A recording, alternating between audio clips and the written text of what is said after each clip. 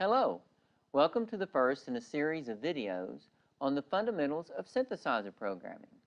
My name is Dr. Joseph Akins, and I'm a professor at the Department of Recording Industry at Middle Tennessee State University, where I teach music, MIDI, and synthesis. We are here in Recording Studio A, and I'm sitting next to a Moog Voyager, one of our instruments that we use to teach and learn synthesis. Learning the fundamentals of synthesizer programming is learning the various components of a synthesizer and how they interconnect. Once you learn this, you will be able to program a synthesizer, creating your own sounds, and go beyond factory presets. Once you create sounds, they can be used in a musical score, a song, a soundtrack, etc. So if you are a composer, a songwriter, a producer, a recording engineer, these fundamentals are essential for you. The history of voltage-controlled synthesis begins in the 1960s. Bob Moog designed and built synthesizers that were comprised of many different modules. These modules were connected by patch cables. If it's an analog synthesizer like a Moog Voyager, or a virtual synthesizer like you would find in Reason, they still use the same basic structure that was used with the modular synthesizers. Looking at the Mini Moog Voyager, you'll see that there's various components, just like the modular synthesizer. But rather than being connected by patch cables, they're connected under the hood. They're connected with two different types of signals, an audio signal or a control signal. An audio signal is part of the audio path, which you eventually hear, and then the control signals are used for one component to control another with voltage control.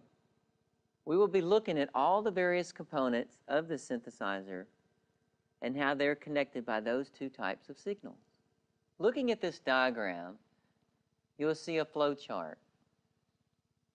All the various components of the synthesizer fall into one of these three categories: a source, a modifier, or a controller. A source is the beginning of the audio path. Good example, an oscillator or a noise generator. The red arrow is an audio signal. That audio signal reaches a modifier, which will somehow modify the audio path. A good example is a filter. Beneath the source, you see a controller. The blue arrow represents a control signal.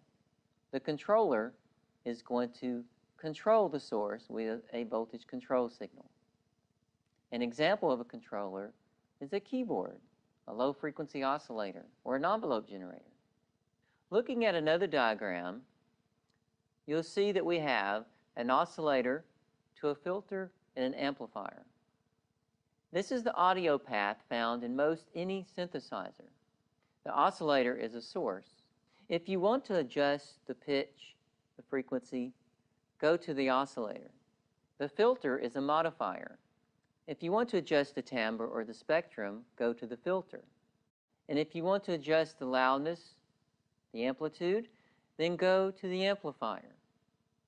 These are a source, followed by a modifier, and a second modifier.